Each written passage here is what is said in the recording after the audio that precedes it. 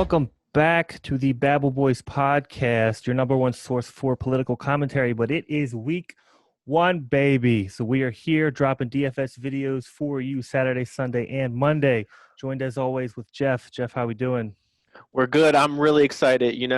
I'm a historian and political analysis by training, but all the statistic classes I've taken in my day have really paid off with DFS, and I want to share some of my secrets with you. Agreed. You're definitely the go-to source here for DFS. I dabble, but you are definitely the master at this here. So let's get into the injury report. Let's talk about some player movements we might be targeting. So of note, it looks like Kenny Golladay is actually doubtful. God, I drafted him in the second round in our team of record for our regular fantasy football, and now I got to plug in like Sterling Shepard or something, which I'm not too upset about. Yeah, he'll definitely catch some balls. So, Cardinals, it looks like. Oh, Debo and Ayuk are out. Oh, yep. You know what that means, dude? A sneaky play, Kendrick Bourne. Definitely, if you have the capital, you're going to throw in George Kittle, right? Oh, for sure, yeah. If he's expensive, yeah. But you're talking 8-9 targets. Oh, definitely. Him and Kendrick Bourne are they're both going to eat. I have a feeling for sure. So then we get down to the Bears and Lions. So it looks like David Montgomery is in. He's going to play. Yeah, but I'm assuming he's going to be on a snap count. It's week one, so yeah. it's hard to tell. But he's a stocky young man. But a groin injury, that's a lingering injury. For sure. He's definitely going to split with Cohen. That's for sure. Yeah, and actually, Cohen's one of the people I've been targeting a little bit, just as like as a value, because if Cohen comes in and he catches 7 balls, he's already paid for himself tenfold. That's true. Yeah, that could be a sneaky play. So then we get into the Lions. No Danny Amendola. Well, maybe. No Galladay. So it looks like you're going to be targeting T.J. Hawkinson and Marvin Jones. Marvin Jones is definitely Marvin Jones sneaky. He's a wide receiver 1 now for sure. Yeah, and Hawkinson's before he got injured in his rookie year, he showed a lot of flashes. I don't know if he's elite or not. We don't have that kind of knowledge yet, but that's what he was drafted to be. Mm-hmm. So he's definitely sneaky. And Matt Stafford, he loves to air the ball out. So, and they have no running game. I understand that they went in the draft and got another 3rd rounder, but I think it's going to be an air out show. Yeah, I would predict Marvin Jones's floor to be 8 or 9 receptions, probably 100 yards, maybe. I think that sounds fair. Absolutely, and but not only that, I'm gonna avoid Matthew Stafford just because they don't have Kenny Golladay. Why the fuck won't my camera turn on? You don't plug it? I think it's the Zoom that did it. Yeah, always some kind of technical bullshit. It's like teaching these kids virtually. It sucks. I'm sure. We get down to the Browns and Ravens. It looks like a lot of Browns secondary is going to be out. Yeah, your Hollywood. Now, there's a couple sneaky Ravens plays too. You got your Willie Snead, you got your Miles Boykin, and of course you got your Mark Andrews. Yeah, if you're going to pay up for Andrews, you can't go wrong, right? No, he's $6,000. Yeah, he's going to eat. That's inevitable. He's he's not even mine. He's consensus wherever you go, the 3rd ranked tight end. Yeah, I think you could easily argue that he could have better seasons than Kelsey or Kittle this year. Yeah, if you said Mark Andrews finishes as the number 1 tight end, I wouldn't even be that surprised. No. It's not like saying like anybody else, like Greg Olsen, the number 1 tight end. Like, no, that's impossible. But Mark Andrews, completely possible. Yeah. So we go down the list here. I don't see anything of note for any of these matchups here. Chargers, Mike Williams is out. Yeah, which this is another sneaky play for me. Hunter Henry, tight end, Mm-hmm. Chargers. So Tyrod Taylor has all of two people that are halfway decent to throw the ball to. That's Hunter Henry, and he's more than halfway decent. So he's definitely somebody I'd plug in at tight end for 5,300. Yeah. Also, I haven't watched him play in a long time, so I don't know how he's going to do. I think that, it's going to be a big Eckler game. Oh, for sure. Without Yeah, question, it's going to be Eckler should be in your lineup some for way. sure. And, if he doesn't have anyone to throw to, he has great legs. That guy can run. He's very mobile. Yeah, but another sneaky play if you're looking for value. Eckler is obviously the number one running back, but Justin Jackson is number two. Okay. We've seen him have a couple breakout games. That's a real big dart throw, but I don't mind throwing him in a tournament lineup just to save some money. Yeah. Because if he gets some goal line work and he gets a touchdown and 60 yards, it's not that bad of a play. No, not at all. So Miami Dolphins, they did not practice on Friday, so we know Devontae Parker is hurt with the hamstring. I believe Preston Williams also is having knee issues. I'm not sure, but I'm pretty sure they're both going to play. They have nobody else to throw the ball to. That their tight end, I can't pronounce his name. Gesicki. That's him. He's also a pluggable tight end for this week. For sure. So Jets and Bills. Don't like anyone of note. Eagles, we know Alshon Jeffrey's out. Always. Miles Sanders is questionable. From what I've read, he is going to play. He'll probably end up splitting some snaps with Bart Scott. I have him in a couple lineups too, because if Miles Sanders is on a snap count, we saw last year late in the season what Bart Scott's able to do. He's a skills player. He's able to catch the ball and squeeze in between a microscopic gap and just take off. I mean, the dude's smaller than Ray Rice was. Mm-hmm. And he's got balance. He's almost like a Clyde Edwards-Helaire, but he's not quite that elite, obviously. But he's definitely a sneaky play. Yeah, and if the Eagles go up big on Washington, you can imagine he's going to be getting a lot of carries. Yeah, and Washington, I don't want anybody out of their backfield, the running committee. I know Antonio Gibson's been talked about. He probably is one of the better players on their team.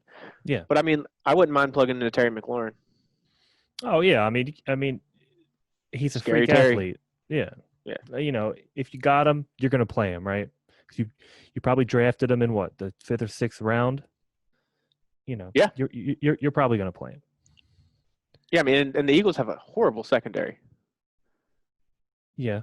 They're ranked like 26th or 27th, and that's probably being generous. And on DFS, he's what? I think he's 5,500, 5,600? Yeah, 5,600, yep. Yeah. He's a value play. A wide receiver one for pretty cheap. Yeah, but he's going to be – he's 30% usage guaranteed. Oh, yeah, definitely. Well, that's the same with Deshaun Jackson. Everyone's going to be playing Deshaun Jackson. Deshaun Jackson to be higher than 30% usage. Yeah. So if you're going into a tournament, not a head-to-head, and half of the people playing in it have Deshaun Jackson, take a dart, though. Take somebody else. Maybe Goddard has a 2-touchdown game. I wouldn't doubt it. Me neither. We've seen it before, right? Yeah, because specifically Ertz is having a little contract issue right now, and it's projected that the Eagles are going to step away from Ertz after this year. That's what it's predicted. Goddard is good, and Ertz is, he's climbing up in age, and he's not who he used to be. He's probably still going to be a target hog, but he's not anything. He's not anybody I'm paying up to get. No, I agree completely. So then we'll go down here. Seahawks and Falcons. Nobody of note. Questionable Philip Dorsett. I'd probably steer away from him. In terms of DFS, Lockett and Metcalf, they're both probably good plays. Yeah, I think so. A lot of people, it's really split down the middle. A lot of people say Lockett's the go-to guy or Metcalf, but Metcalf had more red zone targets than any wide receiver in the league last year. I mean, he didn't produce on them, but that sophomore year jump is always there. So I mean, I'm pretty high on Metcalf. Yeah, for sure. So we get down Bucks and Saints. Mike Evans doubtful. Who would have Godwin, of thought? course, Godwin, is of course, somebody yeah. you want to pay up to get if you can. But then you have a couple others players who's going to take over for Watson. I've been mixing. You got Justin Watson is one of Mm-hmm. their names. He was a freak at the combine, Scotty but he didn't. Miller. Yeah, Scotty Miller. He's a skills player. I probably like Scotty Miller a little bit more, even though Watson's technically Mike Evans' backup. Because Scotty Miller has just been a monster in training camp. So is that a sneaky play? That's a very sneaky play. Okay. Because if they're double teaming Chris Godwin, yeah, then they're going to have to spread the ball out. Who better to spread the ball out to? Tom Brady loves them little dump passes to your skills player. What about Gronk? You playing Gronk? I mean, I wouldn't mind them, but I mean, they got 3 good tight ends. Gronk and Brady obviously have a chemistry, but I mean, what if it's O.J. Howard? What if it's Cameron Brate? I mean, I forgot they have all of them, don't they? Yeah. So, and I heard at one point in time that O.J. Howard was still going to be the main tight end. So I'm a little iffy on that, but I mean, yeah, sure, plug Gronk in on when if he gets a touchdown, I wouldn't be surprised. I kind of expect it. He is Tom Brady's favorite red zone target. Okay, well, let's get into a lineup here. Yeah, see what we can dabble with. Let's get into let's try a hand at the Millie here. All right, Millie. Yeah, so my favorite typical game is to play the single game matchups. I really like showdowns. That's where I make my money from typically. But with tournaments, I don't ever lose money really. But I've yet to hit that top. I'd love to one day, obviously, because if I hit the top, then me and you we can take a nice vacation to the Caribbean. Oh, for sure. I mean, the odds are. Oh yeah, I mean they're stacked against you. But with them single games, your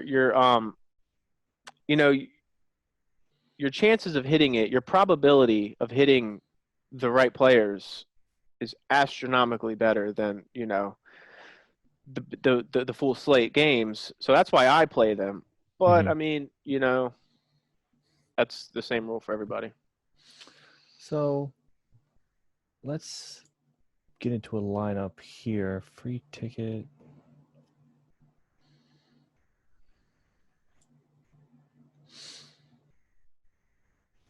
All right. So QB. What are you thinking? So, it depends how sneaky you want to be, right? So I'm not against. I mean, Tyrod Taylor's an option. Cam Newton's an option, but he's going to be overplayed. What about our friend Trubisky here? I was just going to say I am not against, and it makes me sick to my stomach, but I don't mind playing Mitchell Trubisky this week. And the reason why is because it's week 1.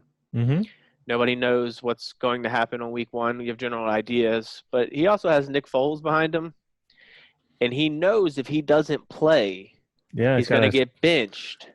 Yeah, and Trubisky's got wheels too. That's good. He's got a fire up his ass. It might make him a viable player again. Yeah, and if Matt Stafford's just dropping bombs on him like he does, they're going to have to, abandon their run game and put Cohen in, and they're going to have to, keep up. And I could easily see Trubisky getting in the 20s. I mean, we've seen games where he's thrown 6 touchdowns before. Oh yeah. Yeah, I mean, he's 100% capable of producing monster games. Yeah, and if he does, and he's like 7% owned, you're on your way to something. Oh yeah. So then we get into running backs here. I mean, we have we got Eckler. Obviously, Josh Jacobs is a great play. He's an amazing play. I'm personally staying away from McCaffrey right now just because he's really expensive, and I really need to see how that brand new offense is going to operate and use him. Fair enough. Fair enough. So, okay, let's plug in. So we're pay up for these two. Okay, let's go Jacobs, Yep. Eckler. So now we're gonna have to find some value at wide receiver and tight Yes, end. indeed. So let's go down here. I'm probably going to avoid the Cincinnati wide receivers. I What got Scary about Terry. N'Keal Harry off the Patriots? Miami's Yeah. a horrible. Okay, I don't. As again, I'm speculating them to still be Mm-hmm. horrible. They have Julian Edelman, who's all of 34 years old, and then N'Keal Harry. That's really about it. Yeah. I don't know. I'm kind of I don't know if I want to go down that route. I mean, if to me it doesn't seem like it's going to be a very high scoring game. No, not at all. And I mean, and you never know because, like for example, Kenyon Drake torched the 49ers twice last year, but I still Yep. don't feel comfortable playing him this week. No, well, so that's the If the same game even with happens. yeah, it's the same with Kyler Murray. I mean, his two of his best fantasy performances were against the 49ers. Yeah, yeah, and then I mean, if you strike gold on that, you're great. But I mean, the probability is not. It's really low, Mm-hmm. and they might not even have a game because of the air quality there. So if you haven't heard that, um, if the air quality is bad, they got to postpone it or find a new place to play. Mm-hmm. So I don't really know if I want to have to go in there and do all that. Yeah, I mean that's So true. I'll stay away from the 49ers game. Now we know what games do you think are going to be the highest scoring games? Well, we look at the team totals here. Um, we can see here. So they have the Ravens scoring almost 30 points. Mm-hmm. 49ers almost 30 points. I mean, I personally think um, either the Seattle and Atlanta game, Tampa Bay, New England, Yeah, or maybe the Baltimore Cleveland game. It depends because maybe. hey, Cleveland's coming to Baltimore, and we could easily. You've seen Lamar. I mean, we could easily put up 40 points. Oh, without a problem. And then, I mean, almost any running back in that backfield between Ingram, Dobbins, and Gus Edwards, Mm-hmm. any of them could be a value play. Yeah, I mean Ingram might be a pretty sneaky play. So could J.K. Dobbins. Yeah, yeah. So could Gus Edwards. I mean, Mm-hmm. like I mean, J.K. Dobbins is new this year, but I mean, we've all seen Gus Edwards break off a monster run in the fourth quarter when they bench all their starting team because they're up 40 points. I Yeah, mean, yeah. it's something you could fiddle with it, but So so in terms of wide receivers, I'm thinking probably go Scary Terry here. yeah, we can do Scary Terry. I think a Uh, sneaky play, like I said before, let's Kendrick stack Bourne, Trubisky too. Yeah, you could put Bourne. Why don't you put Miller off the Bears on there and too if you want because you Anthony can give it. Miller. Yeah, you can give a Trubisky stack. Yeah. So okay, so Anthony you want to Miller. Robinson or Miller? I was thinking Robinson.